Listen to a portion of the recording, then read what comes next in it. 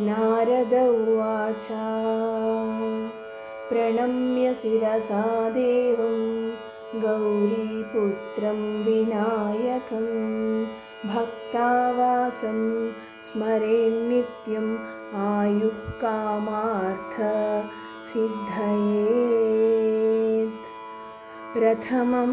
वक्रतुण्डं च एकदन्तं द्वितीयकं तृतीयं कृष्णपिङ्गाक्षं गजवक्त्रं चतुर्थकं लम्बोदरं पञ्चमं च षष्ठं विकटमेव च सप्तमं विघ्नराजेन्द्रं धूम्रवर्णं तथाष्टकं नवमं फालचन्द्रं च दशमं तु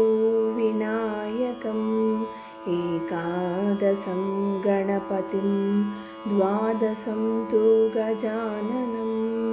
द्वादशैतानि नामानि त्रिसन्ध्यं यः पठेन्नरः न च विघ्नभयं तस्य सर्वसिद्धिकरं प्रभो विद्यार्थी लभते विद्यां धनार्थी लभते धनं पुत्रार्थी लभते पुत्रां मोक्षार्थी लभते गतिं जपेत् गणपतिस्तोत्रं षड्भिर्मासैः फलं लभेत् संवत्सरेण सिद्धिं च लभते नात्र संशयः अष्टभ्यो ब्राह्मणेभ्यश्च लिखित्वाय समर्पयेत् तस्य विद्या भवेत् सर्वगणेशस्य प्रसादतः